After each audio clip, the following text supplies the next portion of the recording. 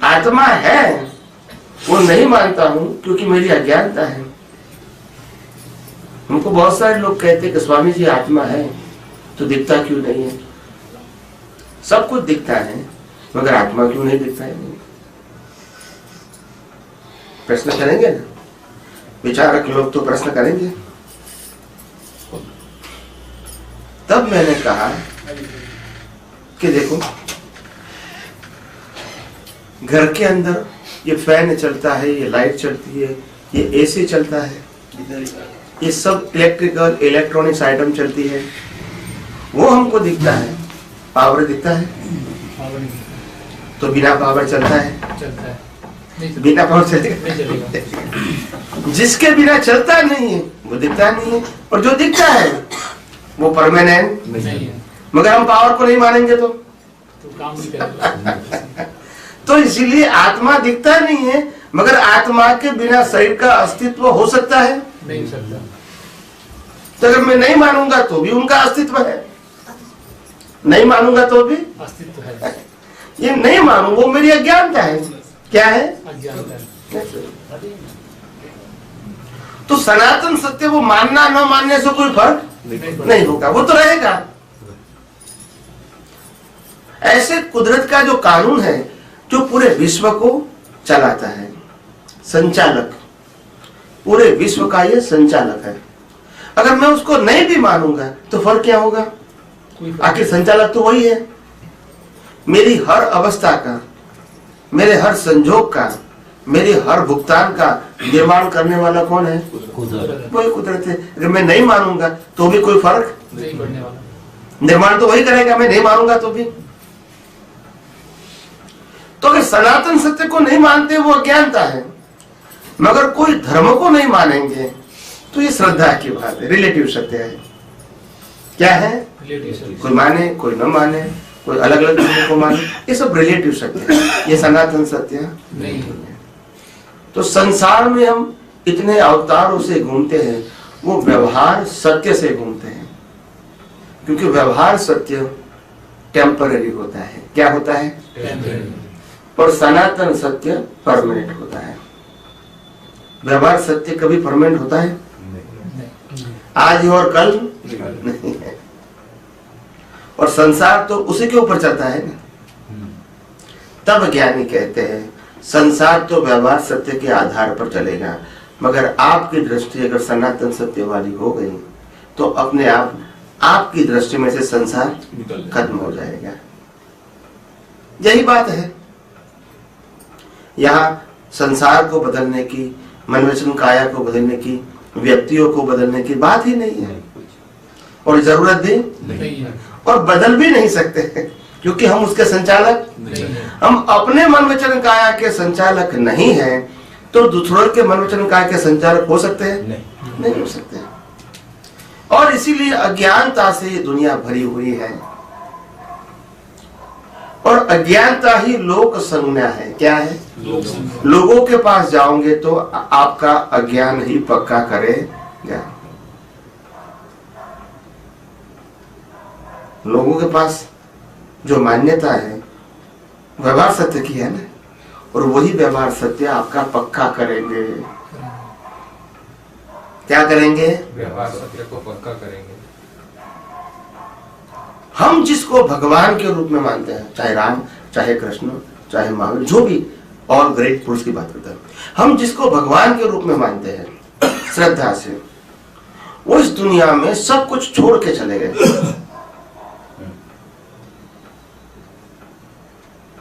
और उन्होंने कभी राग द्वेष नहीं किया। और हमको थोड़ी सी बात अगर छोड़ने की आती है अपने कर्मों के बस, तो भी हम उसको स्वीकार नहीं करते।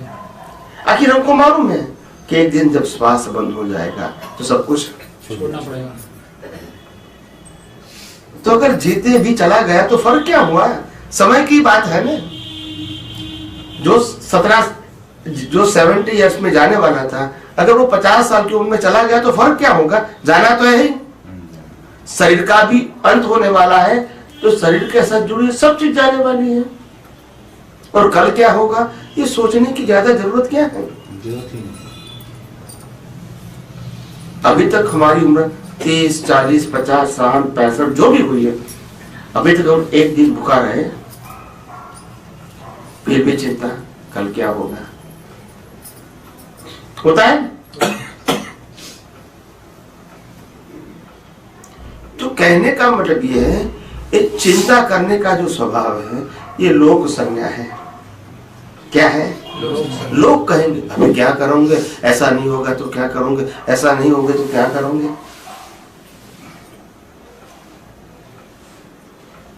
हमारे समाज के अंदर जो कुत्ते होते हैं, बिल्ली होते हैं,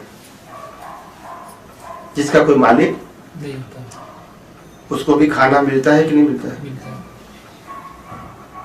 उनके बच्चे होते हैं, उनको भी मिलता है कि नहीं? उनको चिंता है नहीं चिंता, कि अगर सुबह मिला है तो शाम को मिलेगा कि नहीं मिलेगा। नहीं रहती। महंगाई बढ़ गई, भाव बढ़ गया, है चिंता? उनको खाना मिलता है। हम बुद्धिशाली है तो चिंता करते हैं, उनके पास लिमिटेड बुद्धि है, चिंता नहीं करते हैं। हमारे पास ज्यादा बुद्धि है, क्या है? जो नहीं सोचना चाहिए वो सोचते हैं, नहीं सोचना चाहिए।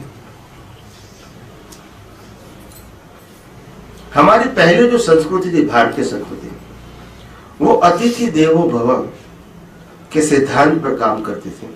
राइट और रॉन्ग? सही कर रहे उस समय कभी सोचते नहीं थे कि अगर मेरे घर में कोई 5 मेहमान आ गए तो मैं खाना कैसे खिलाऊंगा। जो भी होता था वो बना देते थे। अगर थोड़ा कुछ कम है तो पड़ोसी घर में लाके वो रख देते थे, मगर कभी चिंता नहीं करते थे। क्या नहीं करते थे? और आज इतनी सारी चीज पड़ी है फिर भी चिंता कल क्या होगा,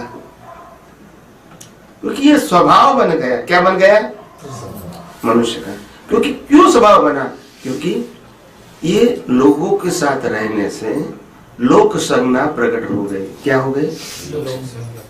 हमारा जो जीवन जीने की जो आदत है, जो पद्धति है, वो इतने सारे साधनों पर डिपेंड हो गई ताकि हम मुक्तता से अगर जीना चाहेंगे तो भी नहीं जी सकते। इतने आधारित हो गए। क्या हो गए? आधारित हो गए। पहले तो हवा मिलती थी, पानी मिलता था, थोड़ा बहुत कुछ खाना मिलता था और भगवान का नाम लेने का मिलता था, हम खुश हो जाते थे। कितनी संपत्ति थी, उससे खुश नहीं होते थे। आप समझे ना? अगर घर के अंदर 3 व्यक्ति का खाना बनाया है और चौथा व्यक्ति आ जाएगा तो भी एडजस्ट हो जाएगा। ऐसा नहीं होगा कि इसको क्या खिलाएंगे, हम भूखा रहेंगे, ऐसा सोचते नहीं थे। तो पहले जो नियत थी, क्या थी? नियत बहुत अच्छी थी। नियत भी अच्छी थी, नीति भी अच्छी थी। हेल्प करना है। क्या? हेल्प करना। जो भी आता है, कोई व्यक्ति ऐसी नहीं आती बिना कर्मों के हिसाब हमको मिलती नहीं है। जो भी पाया है हमने इसी समाज से पाया है। जो भी जिसने भी पाया है इसी समाज से पाया है। तो हमको क्या लगता है, हम आज इस लेवल पे आए हैं तो बचपन से लेके माता पिता का सहयोग है, भाई बहन का सहयोग है, पति पत्नी का सहयोग है, बच्चे का सहयोग है और परिवार का सहयोग है, समाज का सहयोग है, आप समझे ना, सरकार का सहयोग है।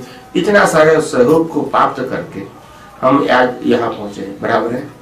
इसमें कोई एक व्यक्ति ऐसा बोलती है कि मैंने अभी तक अपनी मर्जी से आया, बोल सकते हैं? बिना समाज या बिना परिवार या बिना सरकार के सहयोग से आप यहाँ तक आ सकते हैं?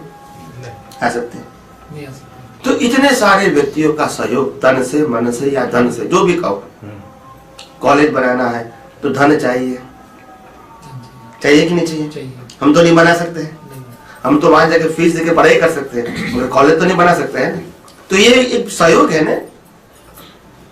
तो इतने सारे व्यक्तियों का सहयोग से हम यहाँ तक पहुंचे हैं। तो हमारी भी एक फर्ज है कि हमने जो कुछ भी पाया है इससे समाज की और व्यक्तियां आगे आए, जितना हो सके जिस प्रकार का सहयोग दे सकते हैं वो देना हमारा क्या है? फर्ज है। इसको कहते हैं मानव धर्म। क्या बोलते हैं? मानव।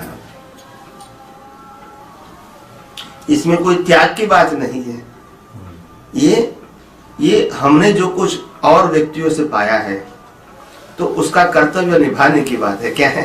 कर्तव्य निभाने की। वो देने लेने की बात नहीं है, कर्तव्य निभाना है।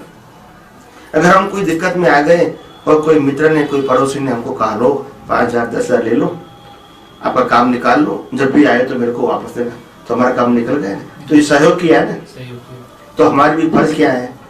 ऐसे कोई व्यक्ति है जो मजबूर है, जो मुश्किल में है, तो उसको सहयोग करना ये हमारा फर्ज है। इसी का नाम है इंसानियत। क्या है? इंसानियत। बस तो जो मेरे को बताना था, सेंटर और सर्कल, इसको मैंने पूरा वर्णन कर दिया। आप सबको समझ में आया ना? ये जो आत्मा शब्द जो बोला जाता है, ये खुद के लिए ही बोला जाता होगा कि जैसे मेरा स्वरूप आत्मा स्वरूप है, तो द्रव्य रूप में अलग है और मैं अलग हूँ, इस तरह का है, या पूरा का पूरा मैं ही हूँ, खुद सेल्फ के लिए ये यूज होता है? जैसे अभी सेंटर और सर्कल का हुआ ना उदाहरण, तो वो जो आत्मा शब्द जो आया वो सेल्फ के लिए आ रहा है, ये मैं जानना चाहता हूँ। आत्मा शब्द सेल्फ के लिए है और सेल्फ का टाइटल दिया गया, सेल्फ को पहचानने का टाइटल, वो टाइटल है आत्मा। आत्मा का खुद का कोई नाम नहीं होता है, मगर पहचानने के लिए तो शब्द प्रयोग जरूरी है ना। जैसे बॉडी का कोई नाम होता है, बाद में देते हैं, नाम लेके आते हैं, ये लेके आते हैं कि तुम्हारा नाम ये है। बाद में पहचानने के लिए एक टाइटल के रूप में दिया जाता है नाम, ताकि व्यवहार कर सको। अगर नाम नहीं है तो चलेगा? नहीं चलेगा। तो नाम है, वो टाइटल है, नाम कोई चीज नहीं है, मगर इसका आइडेंटिफिकेशन है। क्या है? आइडेंटिफिकेशन। मेरा नाम कैसे एक्सप्लेन करेंगे? तो आत्मा शब्द खुद आत्मा नहीं है। क्या बताया? आत्मा शब्द आत्मा नहीं है। जो चेतन तत्व है उसका नाम है, पहचानने के लिए आत्मा है। इसका नाम है शरीर।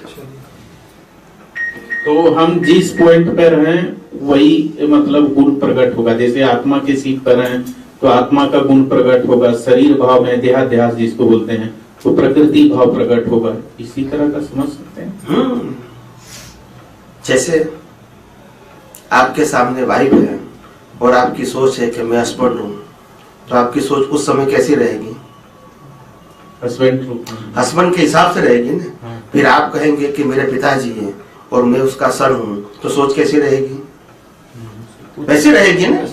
आपके सामने आपका लड़का है और आप इसके पिता है, तो आपकी सोच वही रहेगी। तो यानी कहने का मतलब यह है कि जिस प्रकार से मेरा स्टेटस होता है वही मेरी सोच होती है। अगर मैं शरीर हूं तो मेरी सोच वही रहेगी।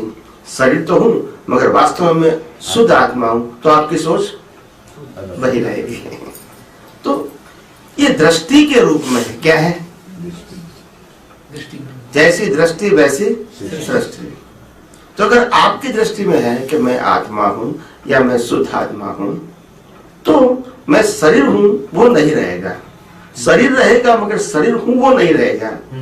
तो शरीर तो अपना काम करेगा, क्योंकि शरीर को चलाने वाले हम नहीं है। इसीलिए अगर नहीं मानूंगा तो चलेगा कि नहीं, ये कोई प्रश्न नहीं है।